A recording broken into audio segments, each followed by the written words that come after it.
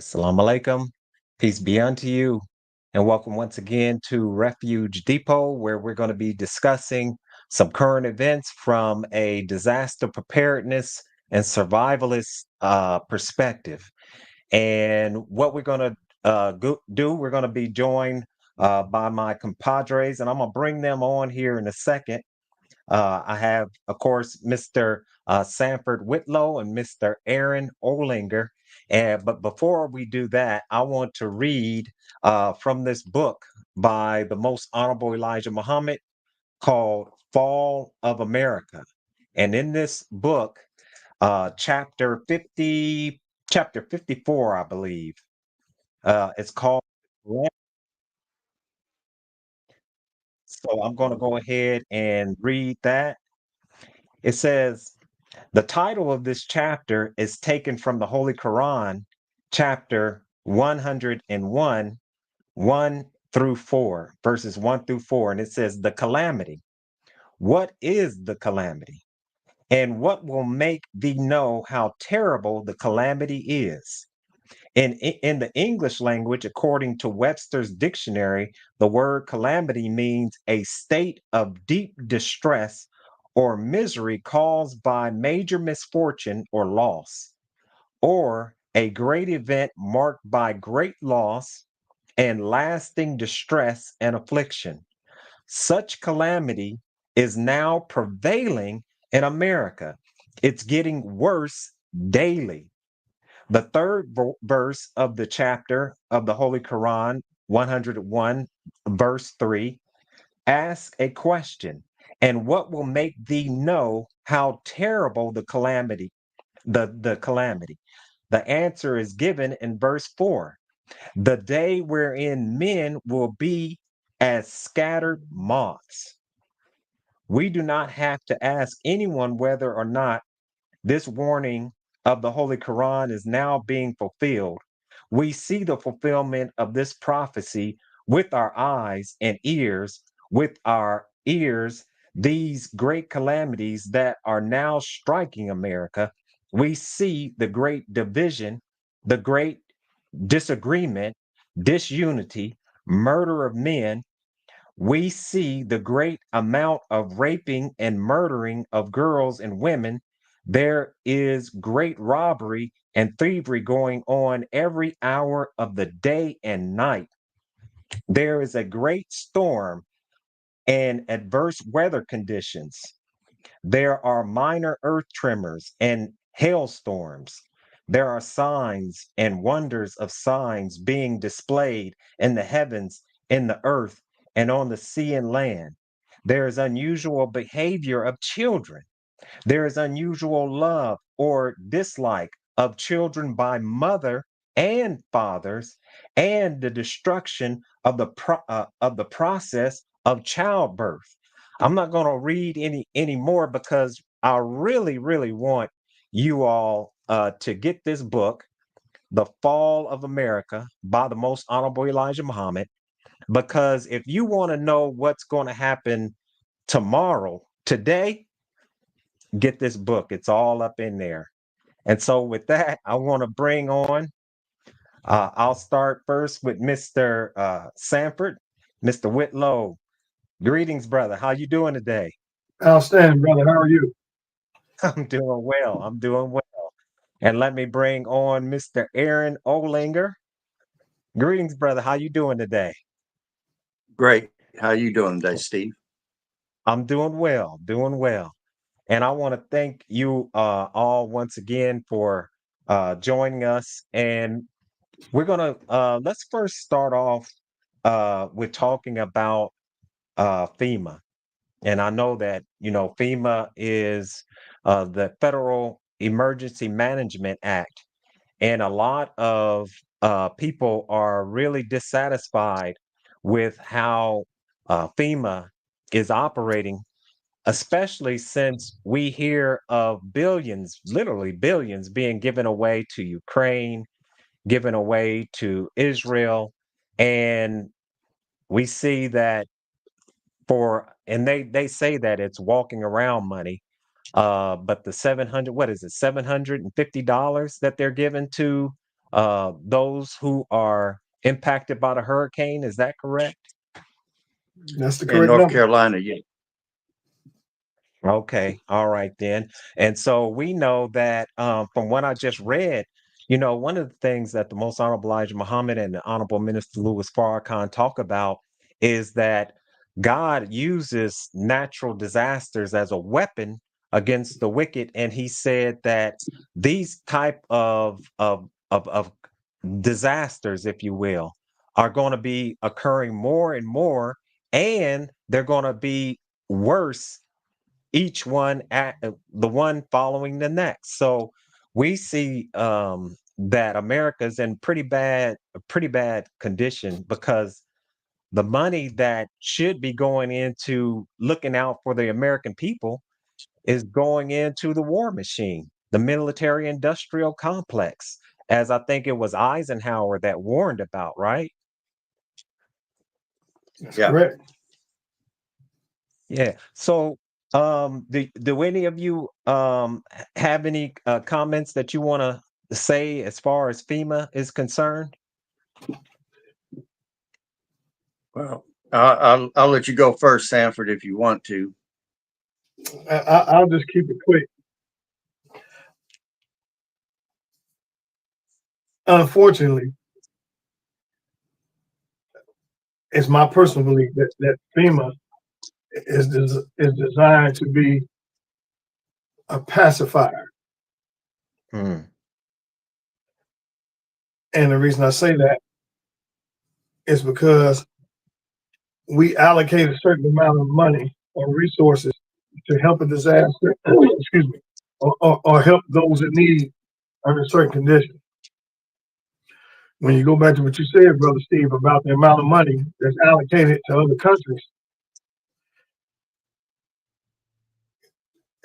it's not adding up. And it never has added up. We print money in this country every day.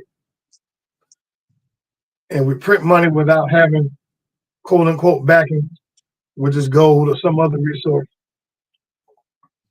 And we make concessions for whatever we want. I'm very disappointed in what appears to be a lack of care for the people who are here. Mhm. So when I hate even talking about FEMA because I think it's just a hoax. I think it's just a front to make you think that something's available or they're gonna feel good for you or they're gonna think about you. And it's not designed for that. We got enough resources, period, to help those people immediately. And the fact that we got to go through this process and say, I'm gonna give you $750 to put in your pocket. What are you gonna do with it? Where are you gonna go with $750? Right. That's it, man. I just, that really bothers me. Because it's a real lack of care for humanity. One of the things, and if people, I'm kind of like a news junkie, right? I watch C-SPAN at 7 in the morning because they bring on people to talk about their experiences, and they did a program. I think it was a couple of days ago, and they talked about the people who were in the path of the hurricane. They were talking about, FEMA would bring them these papers to fill out so that they could go ahead and, get some of this money. And they were like, so disheveled in their mind that, they could barely think, because some of the questions that they were asking on the document, they said that, they didn't maybe know these questions right offhand. So, yeah, I think that, when it comes down to these natural disasters and things like that, America is in pretty bad shape. And I think that, as I was just saying, from the fall of America, that things are only going to get worse. And we know that things are going to get worse because of how the earth has been treated. And we're going to be talking about the tipping points that I think that people should know, because I think it was like 10 years back, they were talking about these tipping points, and that if we went past these tipping points, that it would be the point of no return, and that life on the planet would be, difficult. And we see that happening right now. But Mr. Aaron, did you have anything that you wanted to add to that, or? Yeah, I do. Um, One of the biggest things I find disturbing is I recently found out that I think FEMA has maybe 1,500 to 2,000 employees, and that's if my information's correct. Mm, And like, for example, a hurricane that hit North Carolina, they were only able to get 19% of that number there to assist with the relief effort. Um, they're between the wildfires and different things are going on. They're sending their people different areas. Now, I do know actually three people that work for FEMA. One's a trucker, and the other two are caseworkers. And I can honestly say that they do care about the people there, but they're not mhm, in position where they hold any real power to make any decisions, but they give it their best effort to try to help those that are there. Now, one of mhm, the things that I felt was a slap in the face was when I learned that, and this came from CNN News, that FEMA gave away $1.4 billion to the migrants. mm, I mean, that's just mhm, all that money that they're giving away. I'm hearing it's coming from Social Security, it's coming from FEMA, it's coming from other agencies, and they're just looting these agencies for money. And then when something happens like these hurricanes, there's not enough yeah, financial resources to give the people help and be able to help them in a manner that's going to mean something. I mean, $750, if they got to go stay at a motel, the motel prices will be higher. There'll be price gouging. And you can right. probably spend that in one night, you know. So Mhm, it's not going to go far in providing relief. What if they need medical care and things like that?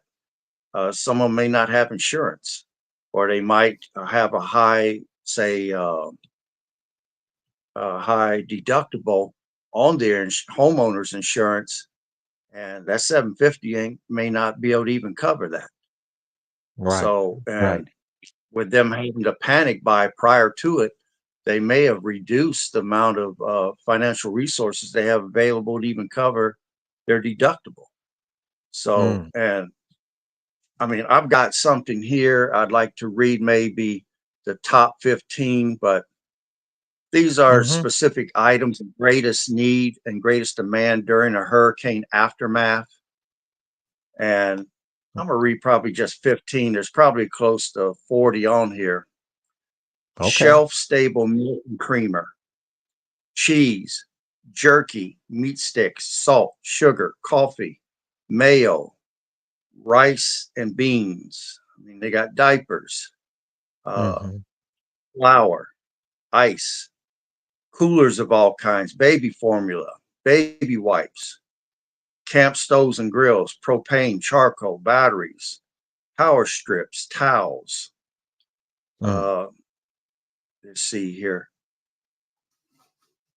Chapstick, eye and ear protection, headlamps, solar lights, candles, uh, mhm, bicycles and repair tools, underwear, socks, razors, long range radios, sunscreen, Ziploc bags, trash bags, generators, rubber gloves, uh, boots, tie back suits, respirators, water mm, testing kits. These are items that are in big demand. None of those items are big money items. I mean, that $1.4 mm, billion dollars that was given away, that could have went a right. long ways to cover those items and providing people with food. And, they could have set up stations where people could come in and get hot meals and whatever if they had the funding. But if you're going to give it Mhm, away, do right. political things, try to be politically correct, then how can you help anybody? I mean, The guy on the news, he flat out said that we were broke, and he was the one that runs FEMA. He said, we're broke. Mm, So right, with right. other hurricanes possibly in the mix, does that mean that nobody else gets anything? And then Right, another thing right. you have to worry about is the power outages. How many linemen can they get to an area to reestablish power? Uh, Mm-hmm. right now, down in Florida, DeSantis, if I'm saying his name right, oh, he's Mm-hmm. on top of it. He requested 50,000 linemen to get that power up and running right away, and Mm-hmm. he got it. I mean, they got an army of people down there to try to get that power up and running. And when you get into shortages, I mean, lack of power, your food's going to go bad. The average person doesn't have a generator, so he's going to lose his refrigerator and deep freeze right off the bat. Then you have people that are more impacted, and those are people that live on life support. They have breathing apparatuses, things that keep them going, that once the battery backup runs out, then they're in a life-threatening situation. They could die. So Mm-hmm. the power needs to be reestablished to people that's bedridden and on some sort of life support. So this is something that can't be played with, and I don't understand why they act like it's their first turn at bat.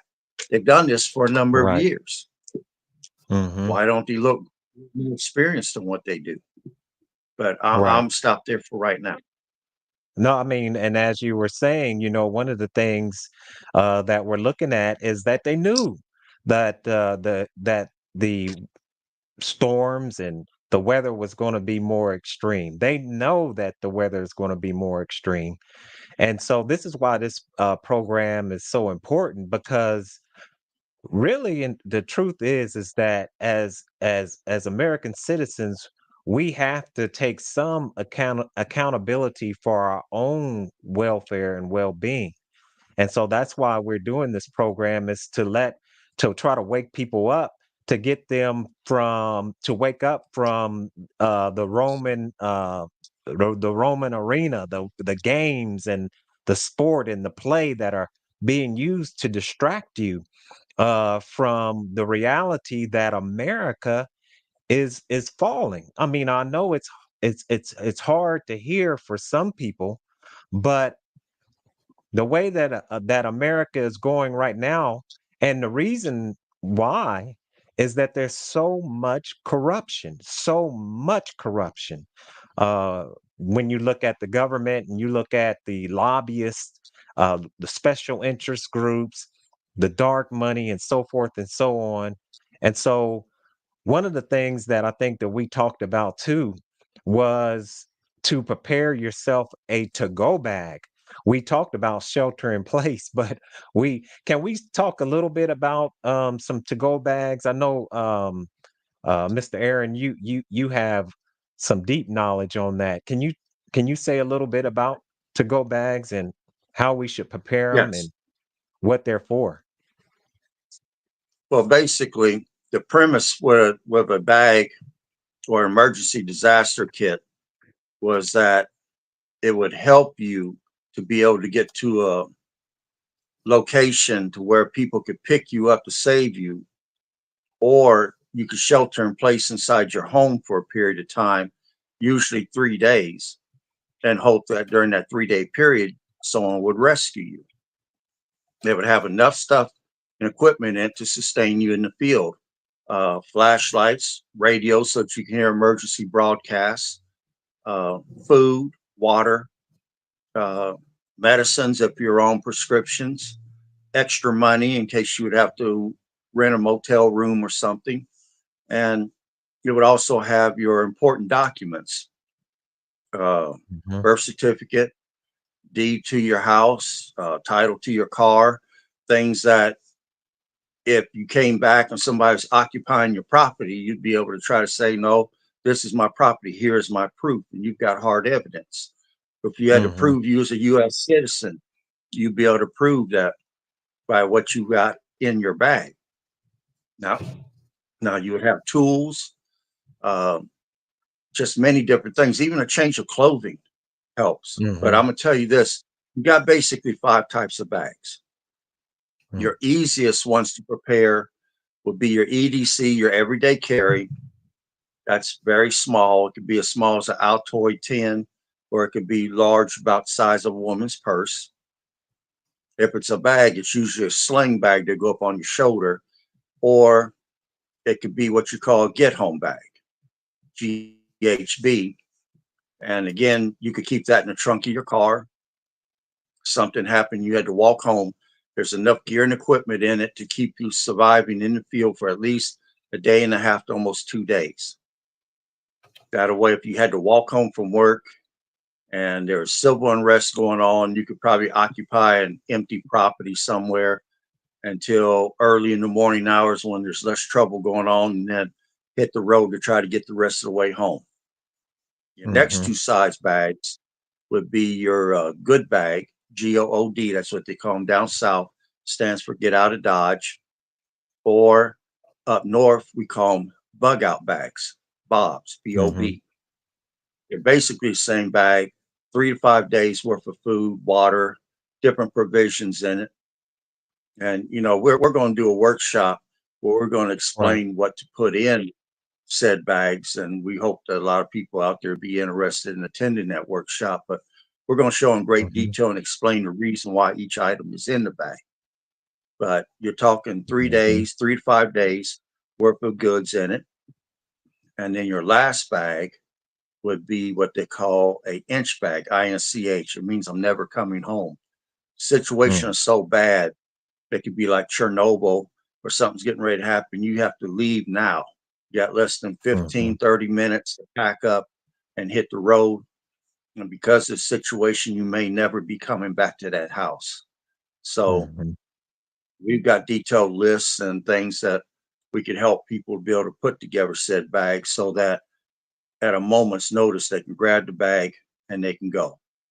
Or if power was cut off and they had to shelter in place, everything that is in that bag will cut the odds in your favor of surviving the calamity, or at least the aftermath of it, until someone could get to you to rescue you or bring you help, or you can go to a collection point. Just like in Hurricane Harvey, a lot of people had to wade in flood water to get to somewhere where they was picking them up in boats to get them out of there. That Mm. bag would be a great detail. But I do want to make a comment about that. When Mhm. you're in flood water, we showed the ladies, they were walking in their bathing suits in the flood Mm. water. That is the wrong thing to do. Mm. You don't know what's in that water, and what's in that water has mixed with what was ever floating in the sewers, and you could Right. have flesh-eating disease in there for all you know. You're Mhm. wading in that water with a bathing suit. You cut yourself on a fence or on somebody's license plate, that stuff is going directly into your body. Mm. You have 3 ways that infection enters your body. You either inhale it and it gets into your lungs, you can consume it through food and water, like Listeria, E. coli, Salmonella is common foodborne illnesses, cholera is common Mhm. in water, or through scratches, abrasions, or open wounds. Infection can go directly into your bloodstream. Now, when you see someone in bathing suits, wading Mm. in flood water that's got all kinds of crap floating in it, they're asking for something bad to happen to them, for some sort of Yeah. infection to break out. So Mhm. you put on regular clothes. You want your jeans or something thick that you can afford to take the scratch, not your skin. Because, like I Mm. said, you don't know what disease or whatever is down in them sewers that comes up to the surface in that flood water, and it's mixing in with God knows what else. So Mhm. you don't want no infection coming from that. But Yeah, I'll stop there for now.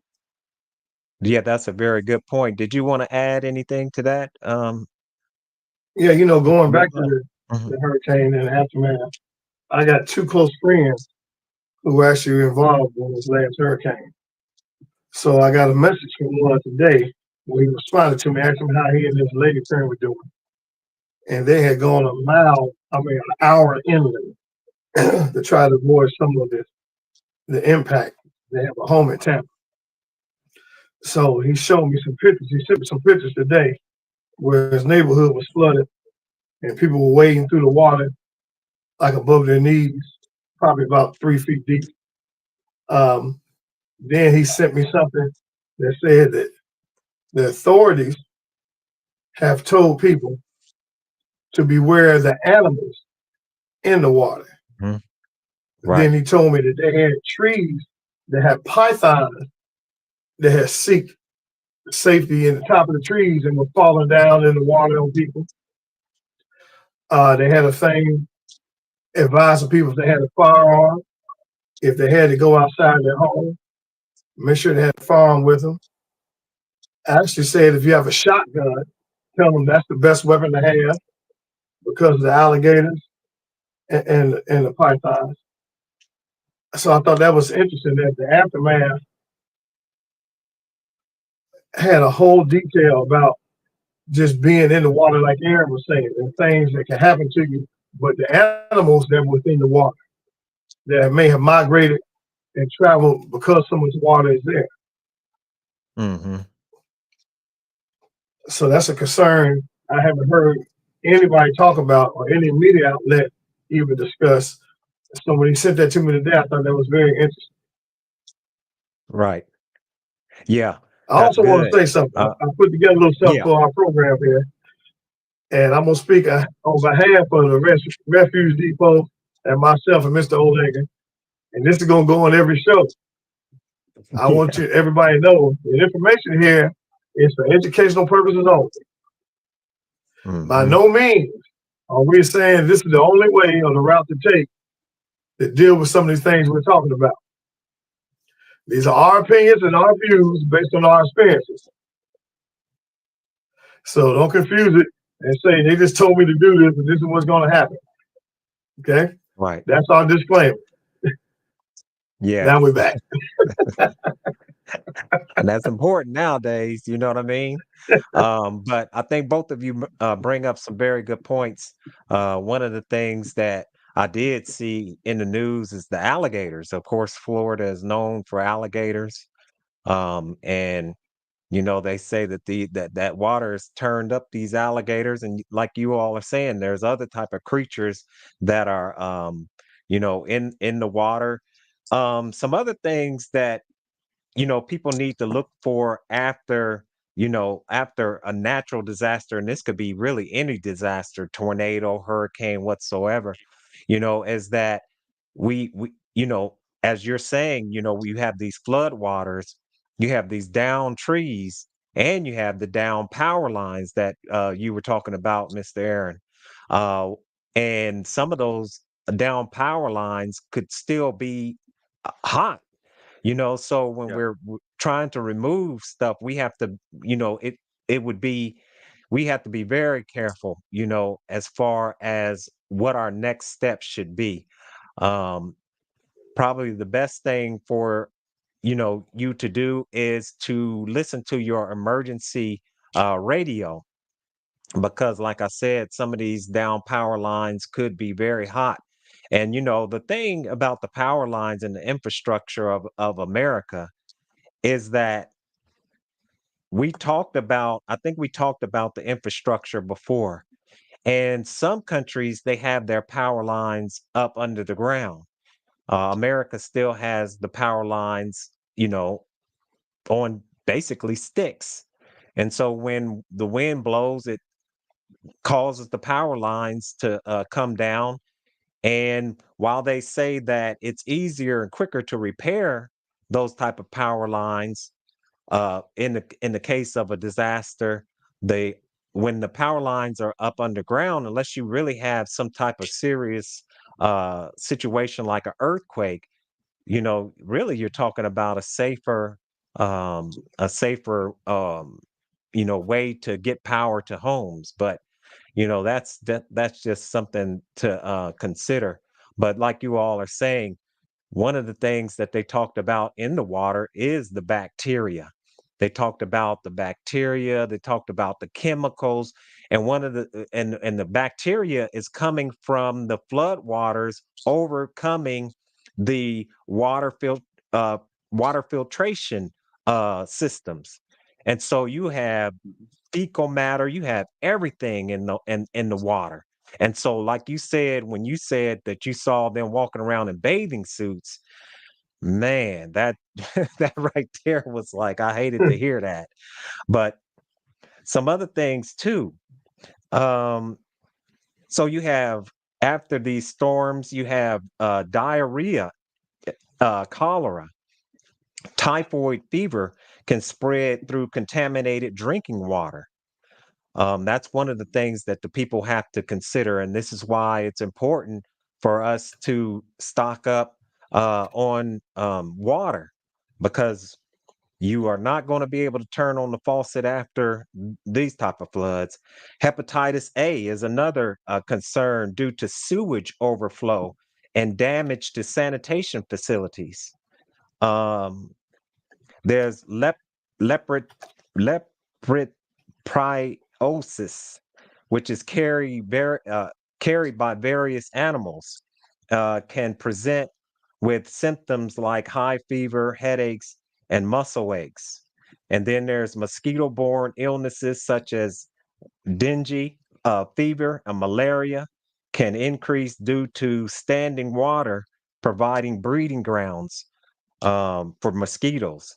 Cases of these diseases often strike after flooding events and seen in places like Pakistan, Bangladesh, and the Philippines. But as we always say, we could be seeing those type of things coming here to America. So that's something that we definitely need to look at. Let's go ahead and look at some of did you all want to say any more about, those flood waters? Because I think one of the things too is insurance.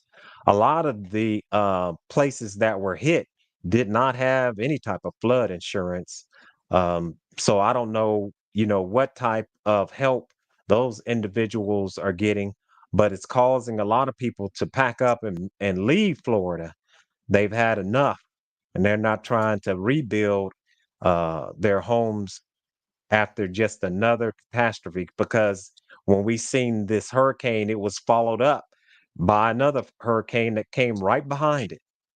And so this is something that we see a lot of people packing up and moving on inland. But Yeah, let's. I'd like to add something to that. Hmm. Right now, Red Cross offers a lot of free classes. Get yourself in a class, learn how to clean and properly dress a wound, learn how to use a tourniquet. One of the most common mistakes that happens during the aftermath of these storms is electrocutions and trauma and cuts due to falling trees falling on people. So Hmm. if you can treat someone that's going into shock, if you learn how to properly dress and clean a wound, because I'm gonna tell you right now, the hospitals are gonna be backed up. And if you call Hmm. for an ambulance to come and get you, you might be number 800 on the list for them to see that night. So if you can control bleeding, you can save a person's life. If you don't know how to control bleeding, all you can do is sit there and watch them bleed out, and they can do that in 4 to 13 minutes. And that doesn't make any sense. When you can buy you a tourniquet, you can learn how to use them properly and not have more than one. You can buy different, like bleed stop or quick clot, a hemostatic agent Hmm. that causes blood to clot. And again, just learn how to clean a wound and how to dress it until you can get them there. Because in any of these instances, you're the first responder, and there's a chance that help may not be coming. You may not see nobody for a week or two. So you're going to have to take that in consideration, that you got to get out in front of this. You got to get you some training, little know-how. None of this is tough, but just get out there and get it. You got to start somewhere. I'll stop there, Steve. Yeah. And Mr. Whitlow, you have some information as far as that type of training. Is that correct? I couldn't hear you. I'm sorry. Oh, I was saying that you are able to help and give people some understanding of certain training like that. Is that correct? Yeah, yeah. Um, as Aaron said, Yeah. I do believe that you go to your local places like American Red Cross or ASHE to get some CPR training, some general first aid training. You can find independent companies like my company, and we offer a service where we have people come in to actually teach you some basic first aid, how to apply tourniquets, how to clean wounds, apply certain kind of bandages. I think it's something that's really important. I was looking up when he was talking. I thought that FEMA offered a flood insurance, and they Mm, do. And it's supposed to be like really cheap.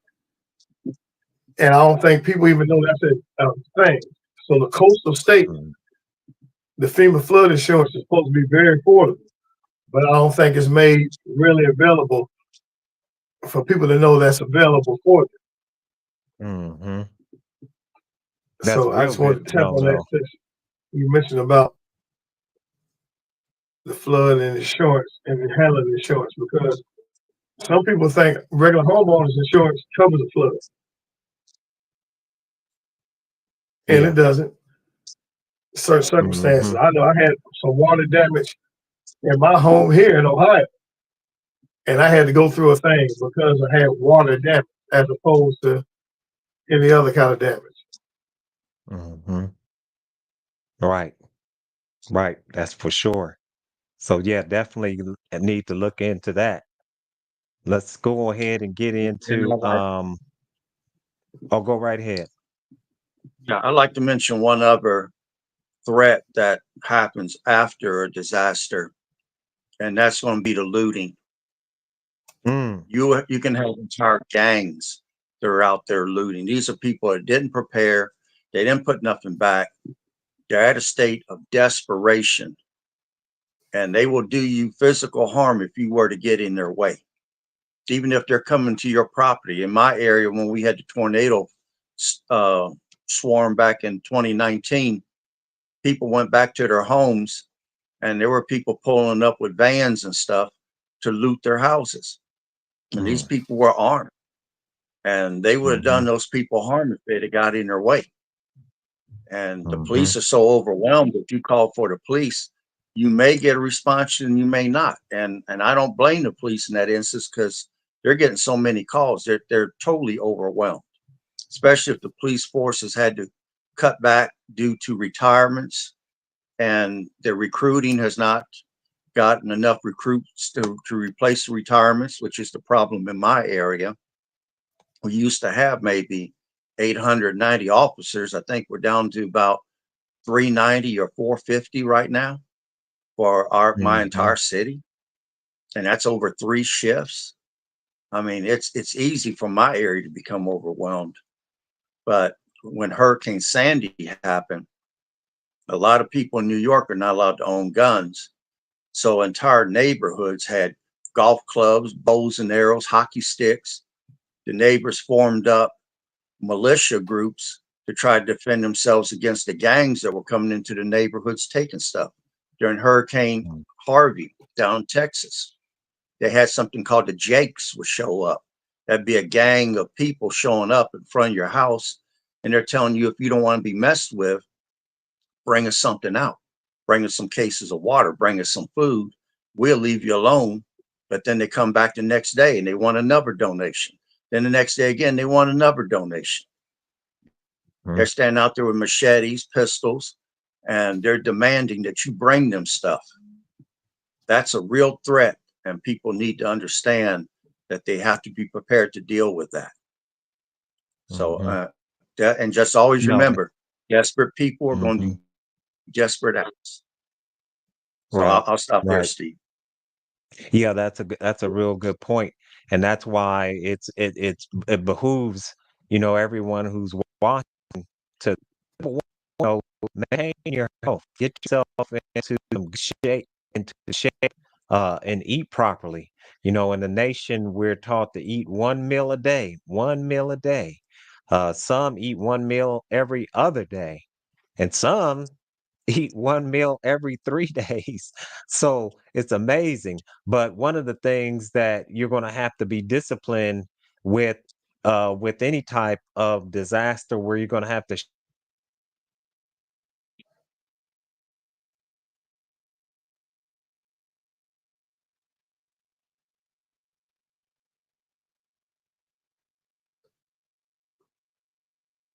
I think you froze there, brother Steve.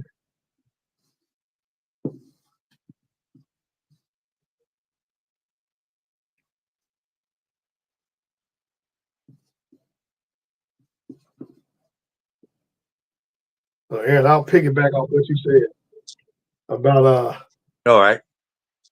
the people who may plan to do harm to take what's yours because their resources are low. I think later on one of the workshops we do will cover that in more detail, which is, one of my areas of expertise. I'll just say, I always talk about we are responsible for ourselves. I do believe that you get some kind of defensive tools and get some training so you know how to use those defensive tools. Also, That's correct. go to an agency or contact local law enforcement or contact people like us when we do these seminars to find out some of the legal ramifications in a use of force and what you may do just because of the circumstance. Now, we know we're going to do what we have to do to survive anyway, but we still need an understanding of what we can do and what we can work through that'll go along with the legal system. So I'm a big advocate for that. So I hope during one of these workshops we do, that's one of the things that we decide to cover. And we make that part of the workshop.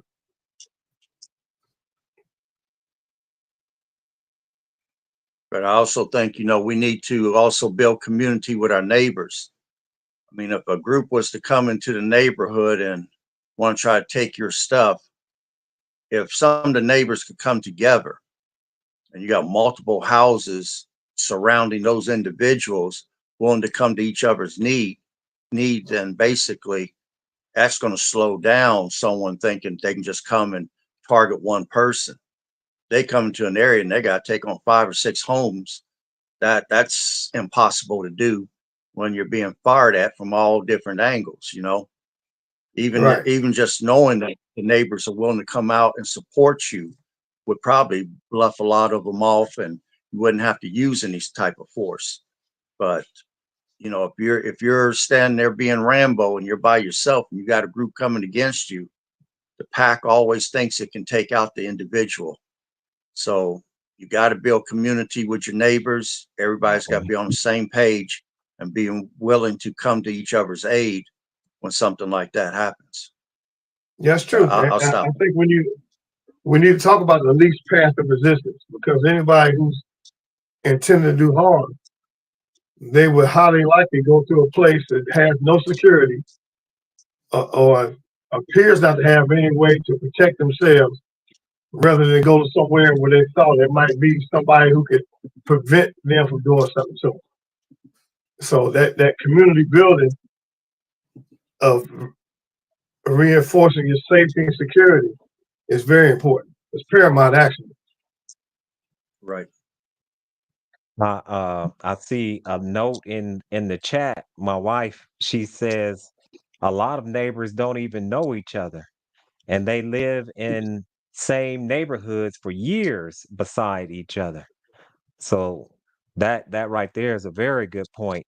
I think that we all need to, know our neighbors and really, have some type of bartership arrangement if possible. If I'm growing some tomatoes and you're growing some cabbage, we can come together and make us a salad. But I think that, also you have your neighbors looking out for you as far as security is concerned.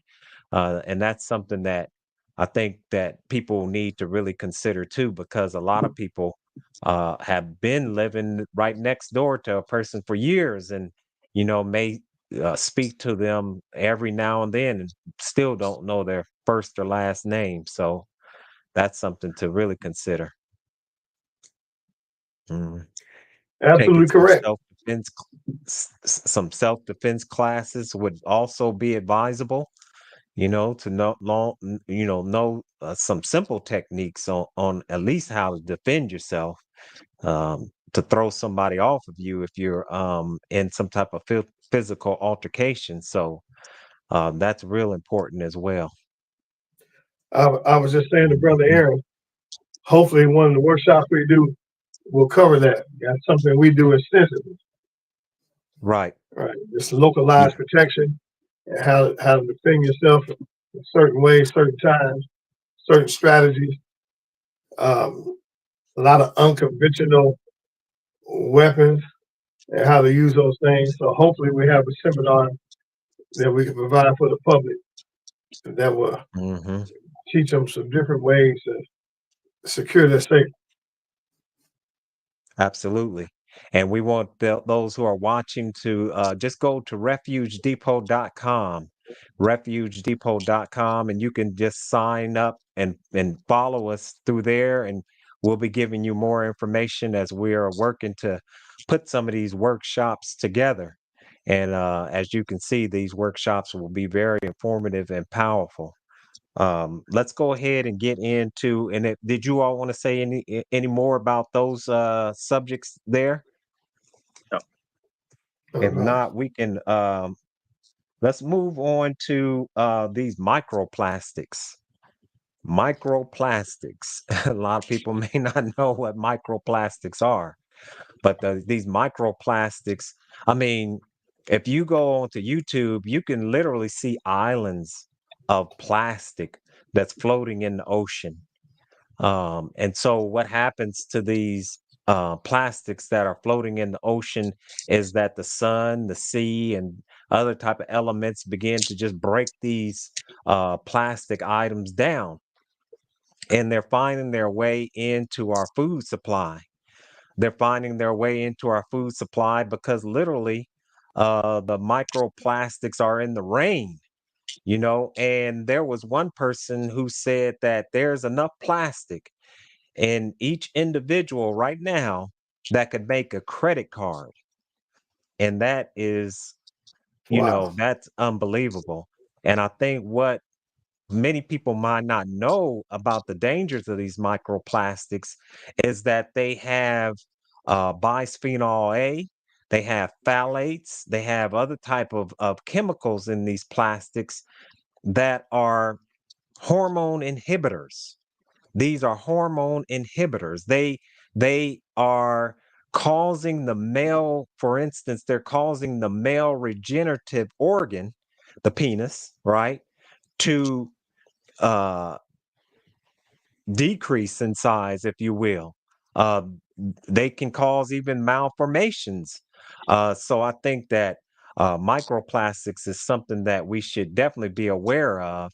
And if you go and search microplastics, you'll find out that the petroleum industry is really behind pumping out a lot of these plastic products, and that the so-called recycling is just a facade. There's no recycling of these plastic products, especially if these plastic products have any type of color to them. So yeah, if do you all want to say anything as far as those microplastics? I would say, Yeah, I do. oh, Go go ahead, ahead, Aaron. Sanford. No, microplastics, they're everywhere. I mean, they're you can inhale them in the air. They're definitely in the Mm, food and water. They're in a lot of health and beauty products right now. You are right. From what doctors and scientists are saying, they're almost in every part of your body now. I mean, when a bottle of mhm, water starts to break down, it's not the water goes bad; it's the bottle that the container that it's in, and it starts mm, to fragment up, and you start to get the microplastics in the water, and you're drinking that down. That's going into your kidneys. It's going uh, just about everywhere in your body. It stops up your liver. It causes health issues. I mean, you're talking changes in uh, DNA, you're talking liver and kidney damage, you're talking cancer development, you're talking DNA damage. So I mean that's a very serious thing, and they know this. It's almost like Right. they knew that cigarettes cause cancer, but as long as there's money to be made, they didn't tell you about it for as long as they can. And it's the same thing here. It's in your food, it's in your water. If you work in a factory or something that burning plastic or something, that stuff is getting in the air and you're inhaling it. Like I said, there's no person running around here now that's a full grown adult that don't have microplastics inside their body. That's an impossibility if you tried your best effort. I mean, if you filtered your water and did everything, you still can't avoid it because it's in the air. So yeah, it's impossible to try to protect yourself from it right now. But I'll stop there for right now. Oh, I do want to say that it also doubles the risk of stroke and heart attacks in people too. So when you start hearing people has no history of it in their family, they're having strokes or they're having heart attacks, they probably got too much plastic clotting up their arteries and stuff inside their body. So I'll stop there. I was just gonna say, when you were talking about the reproductive system of males, I know microplastics greatly decrease testosterone in men over time period. I know it can help promote prostate problems with us over a time period. And any way we can avoid it, there's certain things we can do. So like not heat up your food in Tupperware plastic products. You know, not store your food in plastic products. Use glass as opposed to plastic. Even the bag popcorn, the microwave popcorn, the lining inside that bag contains a high degree of microplastics, which actually can affect men much worse than it does women. So, and just for men's health, I know for a fact that we need to avoid them as much as we can. Aaron mentioned about messing with your DNA, messing with the possibility of fertilizing your wife's egg to have children. There are really so many things that it affects that we never hear about or we never talk about, just dealing with men's health. And I think it's good that we're bringing it up. And I would encourage men to look it up and research it and talk to somebody and find out how much it is affecting. You know, another thing too is, the bottled drinking water. We have to definitely be careful of some of these, bottled drinking water. If they say BPH on it, it's probably, don't even mess with it. And one of the things you have to be careful of is that I know for me, I used to have the bottled drinking water that, it would just be in the car. And so now you have the temperatures fluctuating, causing those plastics to break down into the water. So now, one of the things that you definitely don't want to do is just leave, water in your vehicle, anything like that, where, these chemicals can leach into your water. And so that's something to definitely be mindful of. But once again, uh, these plastic products are being pushed by the petroleum industry. And a lot of people don't, realize, you know, where these plastic products are coming from. And I've seen a lot of different inventions, if you will, that are alternatives to plastic products that are biodegradable, that'll break down in the waste fields, if you will.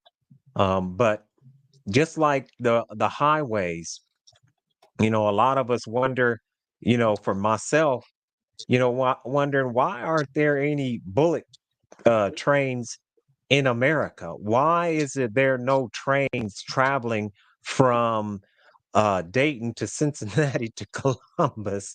You know what I mean? And it's the petroleum industry. Just like you don't have alternative vehicles running on alternative energy sources. If you search back in time, you will find out the vehicles were running on ethanol, vehicles were running on electricity. I mean, there were so many different ones, but the petroleum industry shut it all down. And the petroleum industry is even blocking the trains because they want you on the road in traffic jams filling up your car with that with petroleum. And so that this is once again the corruption that we see that's going on in this country is really what is causing the country to falter and fail. So yeah, but those microplastics are they're a serious issue all over the world. I mean, it's just completely out of hand. And so this is something that definitely need to, I'm glad that we brought this issue up. Let me look at a few other things. And if you all did you all want to say anything more to that?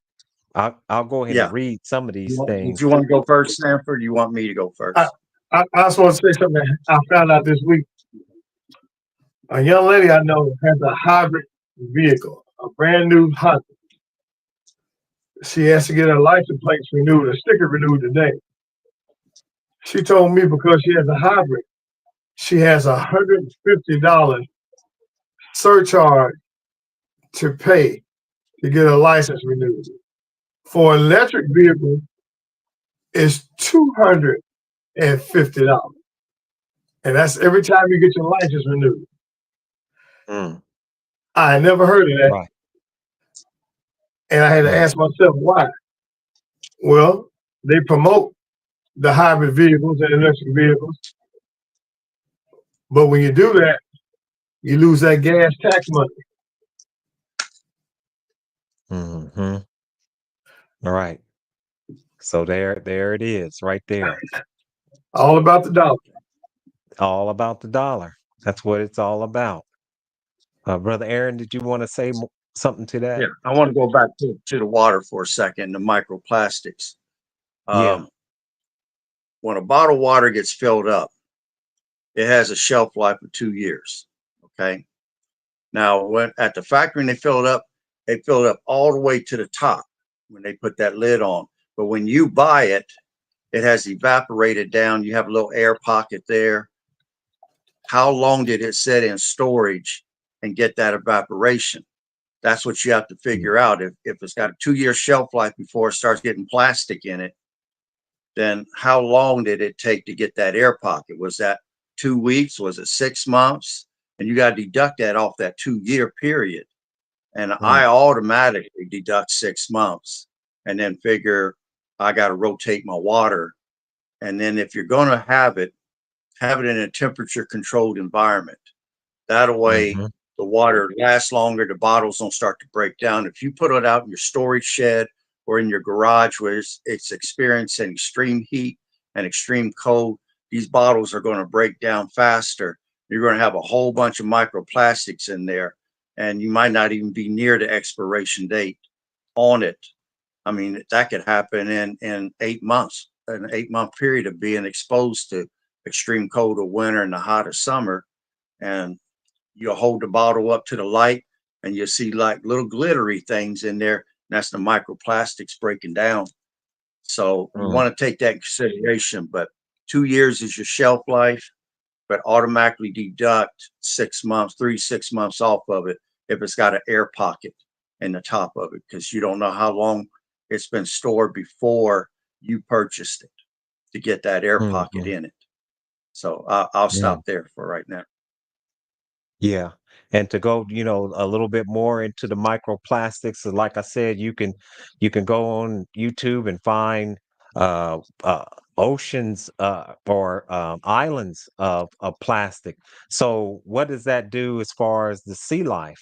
So the sea life is getting tangled up in some of these plastics, but they're also, because it's microplastics, the fish are not even they're just swimming in it and it's becoming a part of the fish's body. Then the fisherman goes out and catches the fish, then it puts it on your plate and you're eating microplastics right through the fish. I mean, this is how bad it is. It's not just through the fish, but it's also through the animals because they're watering, the watering the feed, and the animals are eating these microplastics. So it's really bad. Another thing that is really bad that they're really not talking about is what's called PFAS. Um, PFAS, yeah. that was a chemical that was used by mainly fire departments to put out fires, but it was also in Tupperware, not Tupperware, but it was also in your lining of your skillets. And if you have so it was non-stick, but if you still have any of those type of products and you see them flaking off, that right there is a red alert because these are cancer causing agents, and you should get rid of anything like that immediately uh, because it's definitely detrimental to your health. Some of the things too, as far as microplastics, it says there's even now what's called nanoplastics. And it says these are even smaller particles that may be able to cross biological barriers, potentially reaching organs like the liver, the spleen, and even the brain. This is how bad things have gotten. Respiratory risk, airborne microplastics can be inhaled, as Mr. Olinger was saying, through the health uh, through the health effects, though the health effects, excuse me, are not fully understood. I mean, how much do they need to be understood? I mean, it's going to be the same way as if you drink it or anything else. It's going to be detrimental to your health. Period. Unknown long-term effects. It says that the full impact of chronic exposure to microplastics in human beings is still being studied. So these studies sometimes are also, unfortunately, these studies are also tainted to a large degree. And that's why when we look at the agencies like the CDC or the FDA, the Food and Drug Administration, the CDC is what is the CDC? I forget. It's not coming to mind Centers right for now. Disease Control. Centers for Disease Control. Yeah, Centers for Disease Control. Also, the EPA. All of these alphabet organizations are literally failing the American people because of corruption, mainly due to these pharmaceutical industries lobbying and paying off, lining the pockets. Also, you have a mixture where they come out of government and go start working straight for these private corporations. So yeah, brothers and sisters, it's pretty bad. It's pretty bad. Um, a little bit more, it says microplastics have become ubiquitous in the environment, found in oceans, fresh water, soil, and air.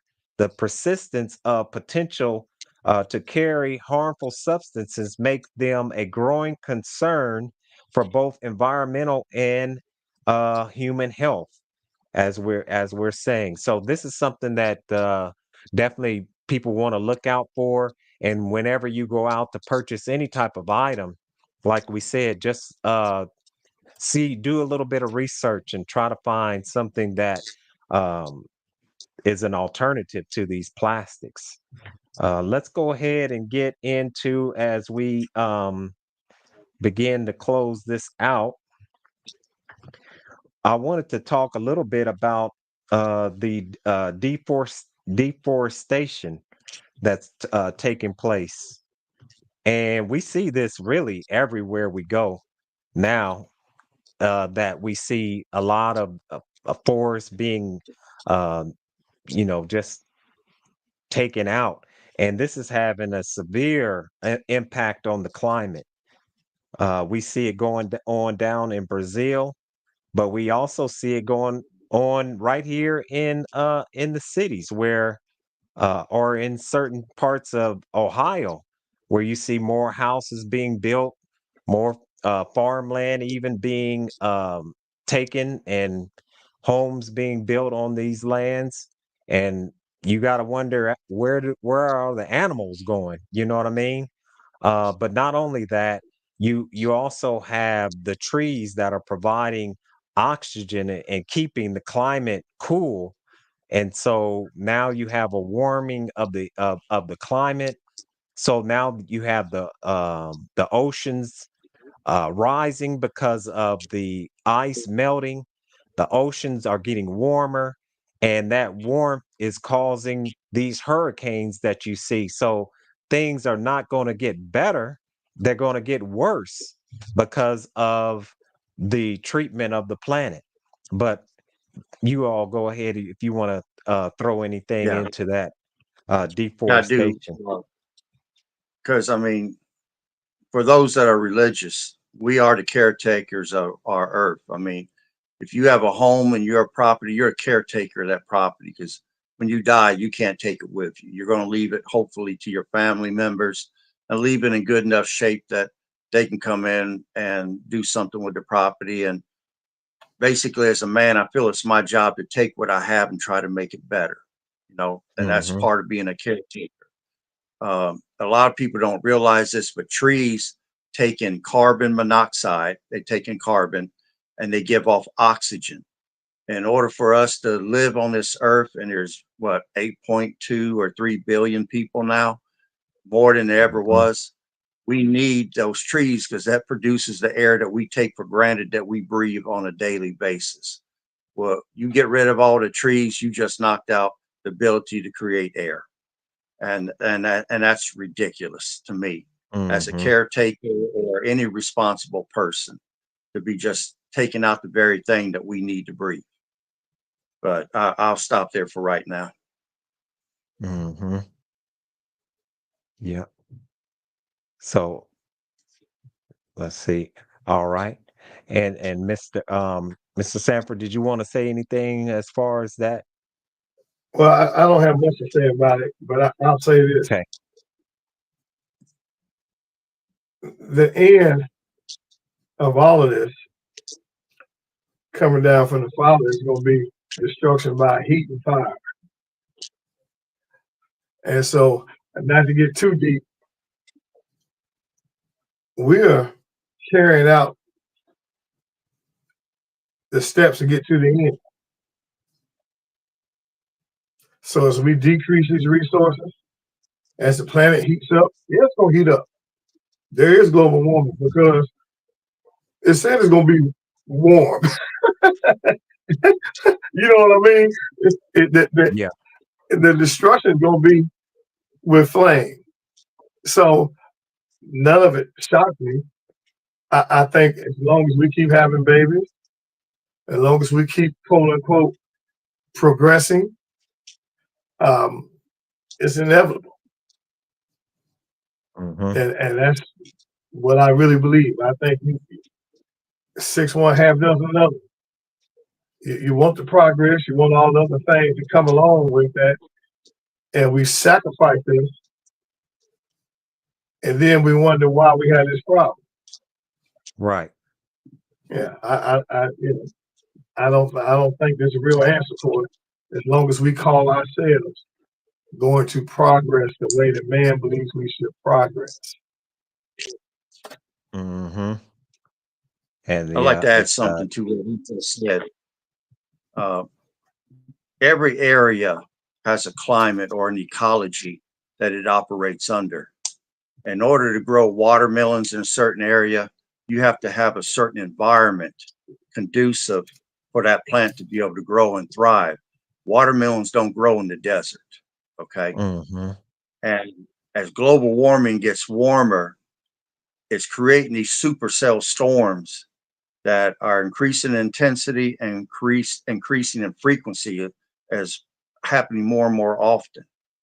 I mean, Florida then got hit by 2 hurricanes less than what, 2 weeks apart, and there Yeah. could be a Right. third one coming in another 2 weeks. When have you Mm-hmm. seen that happen in your lifetime? You know, Right. when when climates change, it's going to affect not only the people, but it's going to affect food production, and people need to understand that. And that's the reason why Mm-hmm. there's this big rush for all these what they call that type of food, GMO foods and things that they can Right. grow indoors, they can create or create fake meat because the animals aren't growing fast enough to keep up with the growing American population. The Mm-hmm. amount of food being produced, they're having to create seedless grapes and seedless watermelons. I mean, if it's made by God, it has seeds in it. If it's made by man, it don't. Uh, they're creating fake foods, and those foods are causing cancer in some people.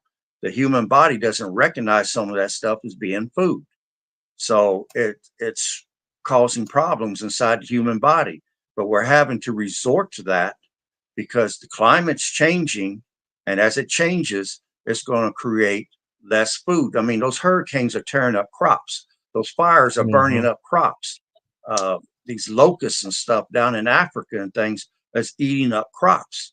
You got to feed Mm-hmm. somebody something because if you don't have food to feed them, people are going to get violent. And if you want to keep the That's right. violence down, you got to fill up the bellies with something. So Mm-hmm. people need to understand that there's this is like a multiple issue here that when it starts to happen, it's going to be like dominoes falling. But before, I personally feel, before we die from global warming, we're going to destroy ourselves through nuclear war or something of that nature. We'll release a bio weapon that go all the way around the world like COVID did, and it'll wipe out the majority of the people. Or there'll be something that will be done, and it'll turn the people against each other. Like if power grid was to suddenly cut off 3 months in or 2 months in, people would be fighting each other over a can of peaches. So, Mm-hmm. I think we'll Right. destroy ourselves long before we end up having to really see the outcome of global warming. However, we're seeing the effects now because food production in the last 3 years has gone down. That's a known Mm-hmm. fact. Even China is looking to other countries to try to buy rice because rice is beginning to get harder and harder to find. So, and then Mm-hmm. when they have those typhoons, it ruins the rice crops. They start smelling like fish. They get this bacteria on them or whatever, and you can't consume that product. So Mm-hmm.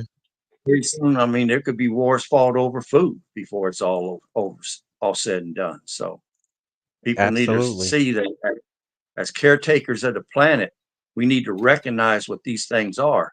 The American Indians, what I liked about them was they only took from nature what they needed to survive. It wasn't a Mm-hmm. gluttony. They wasn't trying to make money. I mean, there wasn't all that greed with them. And if an area started to get depleted on game, they would move the whole tribe to a new area to give that area a chance to rebuild itself. There Mm-hmm. wasn't this profit taking until the colonialists come over here and everything was about profit. And we're just going to eradicate the buffalo, the beaver, and everybody else just for a few dollars. Right. So, Yeah. I I mean, think, one of we're the things that people, if they ever get to go online, they can see pictures, a stack of bones, buffalo bones, where the European decimated the buffalo, and they did that not for food. They did that to deprive the Native Americans of food. They literally just slaughtered the buffalo to starve out the Native American. Crazy, right? Um, one of the things that you were talking about is this extreme weather having an effect on the food supply. So now, like you're saying, I don't think a lot of people really, understand that the droughts, the wildfires, even the hurricanes, all of them are having an effect on the food supply one way or another, either growing the food, transporting the food, storing the food, all of it's being affected. And what we're saying is the mainstream media, they're not they're not telling you how bad things are. They're keeping this from you. And when they do tell you, it's going to be too late. And one of the things, not to be funny or anything, but we've seen those Snicker commercials, right? Where they the person is, they're not themselves. And there's actually a medical explanation for that. And I think there's a chemical, I forget what it is, but there's a chemical that when you're hungry, you get angry. And if you look at most revolutions broke out throughout history, most of them had to do with the fact that the people were starving. And so yeah, this is a very bad situation, because a lot of people, they ask the question, well, why hasn't America broken out into a revolution yet? Because people's stomachs are still full for the most part, but let people start to get hungry, and you'll see some disruption there. One of the things that, when we're talking about the deforestation, it says that forests host about 80% of terrestrial species. Um, and so we're looking at a large um, mass extinction of animals, of insects, and understand that insects, another thing that affects food, because insects are pollinators. And so if the insects are dying off, and the bees, we hear about them dying off, that's major trouble. Um, Soil erosion, removal of forests cover increases soil erosion rate. Deforestation can trigger tipping points, such as the potential s- uh, sanit- sanification of the Amazon rainforest. So, yeah, there's a lot to look at when it comes down to deforestation that's taking place. And once again, it's all because of a greed. And so, all of this is going to have all of this is going to have a tipping point, and we're going to have to see some revolution before, I guess, all of this is going to be reversed. But with that, brothers, I think yeah, if you all wanted to say anything else before we begin to wrap this up, go right ahead. Well, I Well, I personally think, feel that we need to go ahead. start getting back to basics. Go back to the life that some of our grandparents had. Learn how Mm, to grow herbs and how to grow a garden.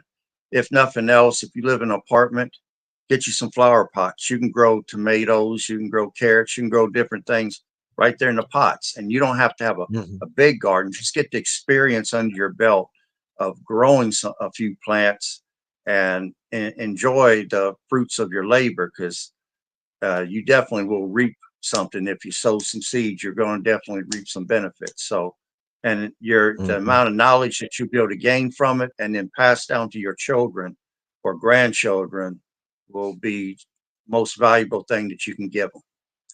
Because today And they don't teach you in school how to be independent. They don't teach home ec no more. They don't teach driver's ed. Anything that helps you to be independent or self-sustaining is not taught in school.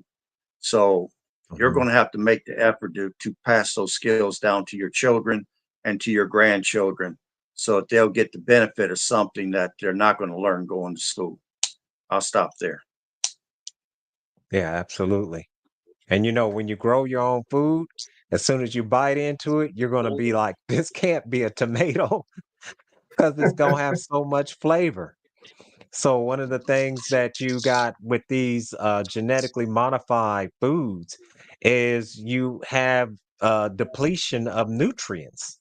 Not only is the flavor bland, but the nutrients is depleted.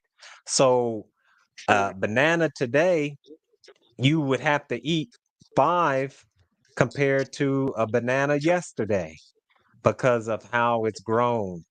So I think that yeah, just getting back to growing our own food is going to be something that we'll see a great health benefit because these genetically modified and highly processed foods are killing us.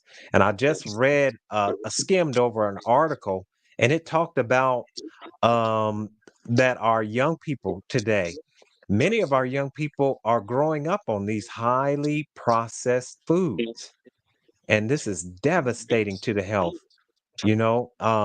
I think that we're going to definitely see an explosion of some serious health related issues in in the future because this I mean I don't even know how to classify it because it's really not even food, at this point. But I'll go ahead and close out with that. And Well, um, let me brother, ask you that because I'm hmm gonna say this.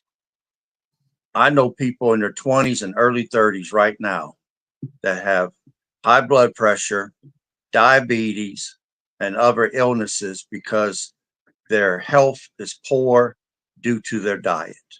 And I'm right. just going to let that speak for itself. I would love for everyone, if they get a chance, to look up what's called the Pottinger cat experiment. The Pottinger cat experiment. Um, Dr. Pottinger did a experiment where he fed one set of cats raw foods and another set of cats processed foods. And to make a long story short, by I think it was the third generation of cats, the cats were lethargic. They were irritated, highly irritable. Their coats didn't shine. These are cats. Their teeth were falling out. And this is something to think about. They were dying, cats were dying, giving birth to the next litter. So they were having problems giving birth, and when you look within the black community, think about it. When you hear about maternal mortality and infant mortality being the infant dies within the first year of life, maternal mortality, think about that. So back in the days of slavery, you had black women, they were given, or white women, whatever women back in those days, giving birth to 10, 15 children. But today, women are dying, black women especially are dying in childbirth. Could it be? Could it be not only that the environment is toxic, but the food that they're eating is toxic and it's not allowing them to be able to give birth to children? And this is yeah, this is so, whew, man, it's a lot. But as you're saying, Mr. Aaron, one of the things that we definitely need to get back to is getting out of this domestication as a people, and starting to grow our own food again. We definitely need to have backyard gardens, community gardens. As you were telling people who live in apartments, you can start a vertical garden and just, find a room in your house, and they got plant pots that you can stack and you can grow food that way. But definitely get back. We definitely need to get back to growing our own food. And as far as the school system, not to get off into the woods, but we know that the Rockefellers had something to do with setting up the schools. And if you look at the schools, many of them are set up and structured the same way that the prisons are set up and structured. If you look at a diagram of the school lunchroom and a prison lunchroom, you could barely tell the difference. So that's something to for us to really consider, is that as a people, we need to get back to nature. And one thing that I just wanted to say is just kind of really concerning, right? In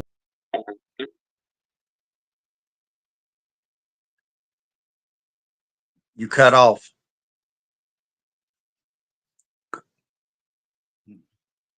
Thank you.